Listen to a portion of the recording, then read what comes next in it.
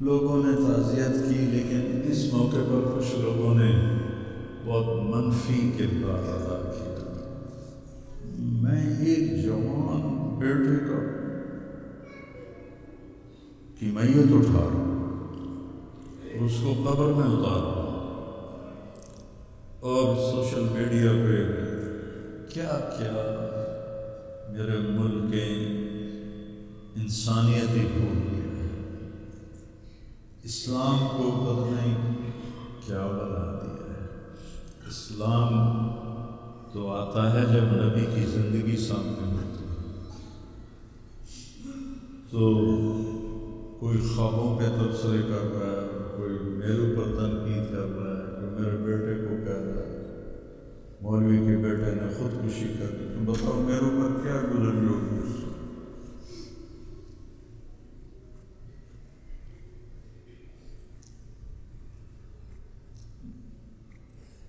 حضرت عمر بن ابسہ سے پوچھا، یا رسول اللہ، سب سے اعلیٰ درجے کا اسلام کیا ہے؟ ایک غور نہ سنیں، سب سے اعلیٰ درجے کا اسلام کیا ہے؟ آپ نے فرمایا، من سلم المسلمون من لسانہ و یدہ، جو کسی کو اپنی زبان اور ہاتھ سے تکلیف نہ پہنچائے وہ سب سے اعلیٰ درجے کا مسلمان۔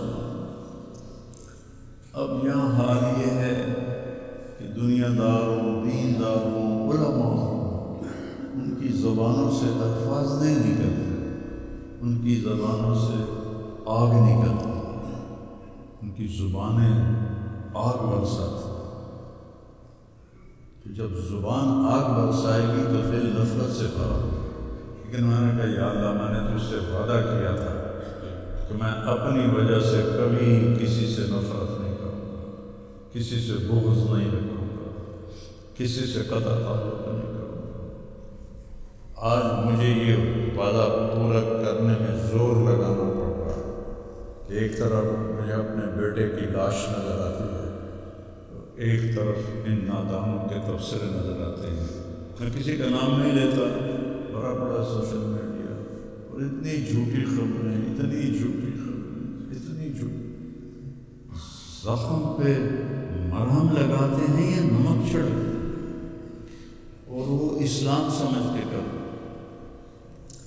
میرے بیٹے کی لاش میرے سامنے ہر وقت نظر آتی رہتی ہے، اور کوئی کہہ رہا ہے خواب جھوٹا بیان کیتا سو، کوئی کہہ رہا ہے بیان کرنے والا کوئی جھوٹا ہے، کوئی کہہ رہا ہے قرآن خوانی کیوں کی سو، یہ تو حرام ہے، کوئی کہہ رہا ہے دعا کیوں کروائی سو، سارا حلال حرام ایتھے ہی رہ گیا۔ ایک زخمی باپ کے زخم پر پھنبا رکھنے کی بجائے میں نے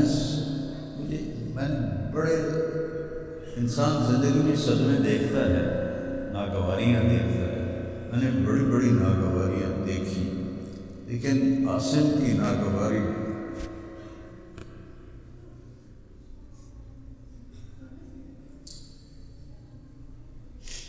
عاصم لا انساک ما ذر شارق وما ناہ عمر الحمام المطوقہ، عاصم قلبی كل يوم وليلة إليك بما تخفي النفوس معلقة۔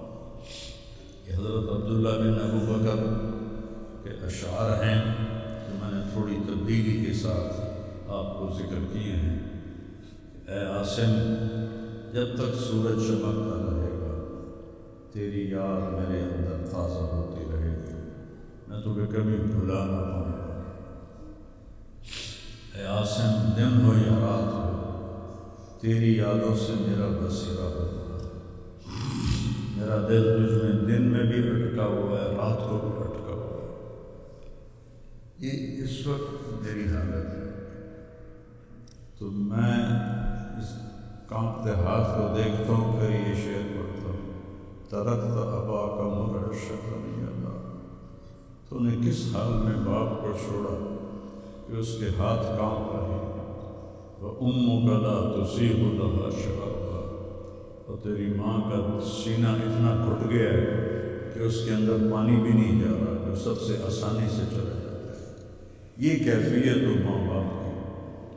اور کوئی مولانا اٹھ کے تبصرے کر رہا ہو، کوئی مفکر اٹھ کے تبصرے کر رہا ہو، بتاؤ میرے اوپر کیا گزری ہوئی.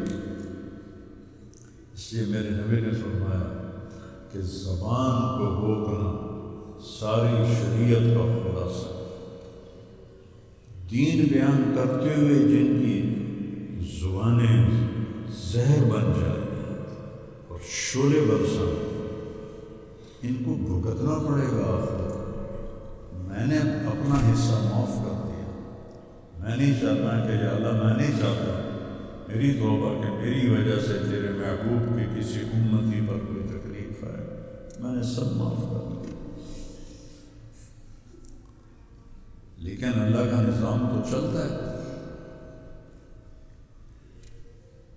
اور صرف لائک لینے کے لیے جھوٹی خبر، چند پیسے اکٹھے کرنے کے لیے وہ یہ نہیں جانتے کہ ایک باپ کا زخمی جگر اور کتنے زخم گہرے ہو جائیں گے تمہارے چند پیسوں کے لالچ. اور کرنے کو کوئی باتیں ہیں نہیں، اور جو اس قسم کی واقعات بولتا ہے اس کو لوگ سنتے بہت. کوئی مثبت بات کرتا ہے تو اس کو سنتا بہت. میں نے اپنا دکھ آپ کے ساتھ شیئر کیا ہے اور آپ کو نصیحت کرتا ہوں اپنی زبان کی حفاظت کریں. میرے نبی نے کبھی ممبر پہ کھڑے ہو کر کسی کو برا بھلا نہیں کہا. عبداللہ بن ابی کو بھی برا بھلا نہیں کہا. مجلس میں بیٹھ کر کسی کو برا نہیں کہا. اور تو یہ کرتا ہے، مرتے دم تک آپ نے یہ کسی کو نہیں کہا.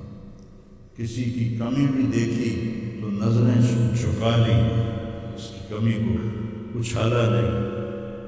ہمارے ہاں، ہمارے خطیبوں کے ہاں یہ دین بن چکا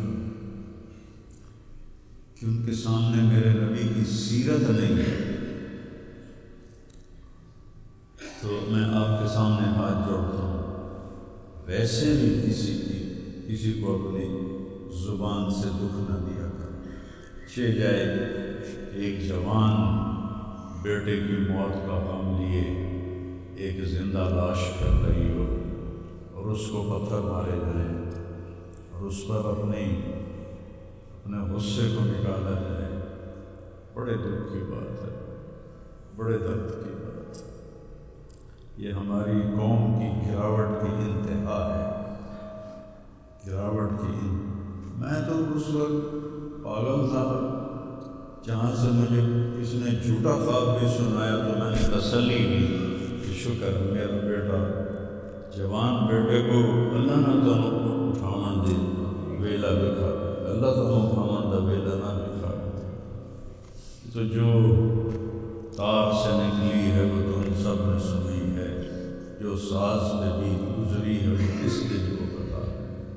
یہ تو وہی جانتا ہے جس پہ یہ صدمہ گزرتا ہے، وہی جانتا ہے جس کا جگر ٹوٹے ٹوٹے ہوتا ہے.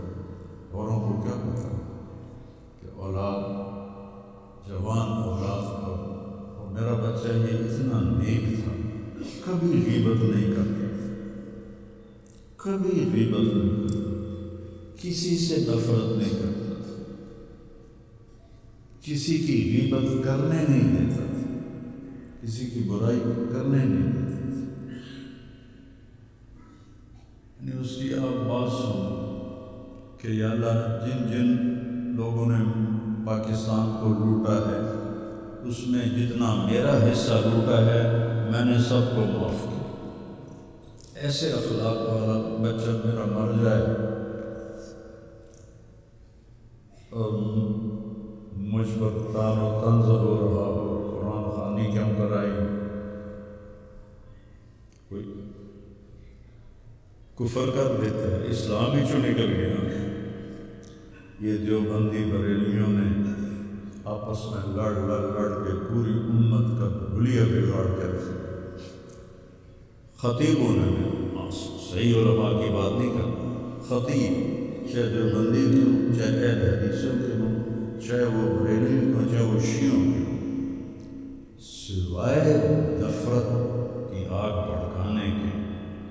کے پاس آؤ تو موضوع ہی کوئی نہیں۔ آج میں گیا ہوں اپنے صبح، بہت میرا سر بھاری تھا تو میں سیر کے لیے فجر کے بعد نکلا، اپنے مین فورم پر پہنچا تو وہاں نوکر کھڑے تھے، تو ہمارا ایک نوکر ہے شبیر اس کا نام ہے، تو وہ میں نے ایسے ہاتھ بڑھایا ملنے کے لیے، کب میاں صاحب آسل میاں طرح ساڑھے نال ملو نہ میں کیا وہ کیوں میں مل رہا ہے؟ ہمارے یہاں زمینداروں میں نوکر اور زمینداروں کا آپس میں بڑا فاصلہ ہوتا ہے، وہ جب ہمیں ملتے ہیں تو یوں جھک کے ملتے ہیں یا گوڈے پکڑتے ہیں اور اپنے آپ کو پیچھے ہٹا کے کھڑے ہوتے ہیں۔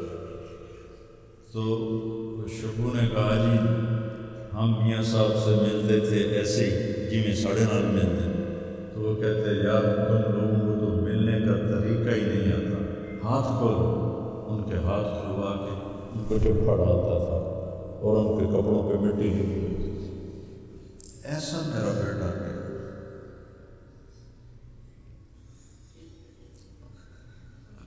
نوکر کے منہ سے نوالا نکال کے اپنے منہ میں ڈال کے کھانا تھا۔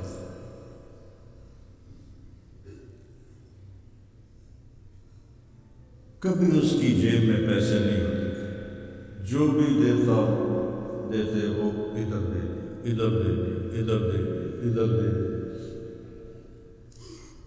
نئی گاڑی میں کوئی غریب آدمی کو بٹھاتا نہیں ہے، وہ نئی فارچونر میں وہ پاگل کو بٹھاتا تھا۔ یہ بھی مذاق بنا دیا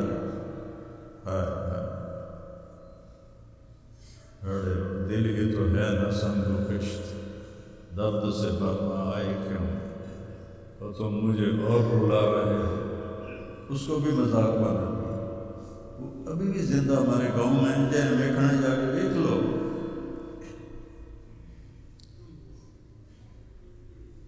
اور اس نے کہا کہ میرے رب نے میری بخشش کر دی اس ملنگ کی خدمت کی وجہ سے۔ کسی پاگل دے کپڑے وٹامنا نہ مامنا، وہ دے وال کٹامنا، وہ دے نو کٹامنا۔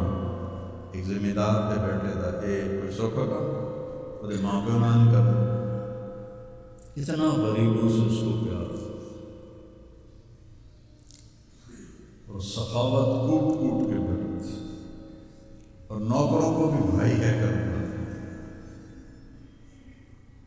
ہم لوگ بلاتے اوئے ادھر آ، ہمارے جو ہم نے اپنے والدین کو دیکھا چاچے تائے بابے دے اوئے برا کہتا بھائی ادھر آئی۔ یہ وجہ ہیرا بندے دا کھڑی جائے تو دا کیا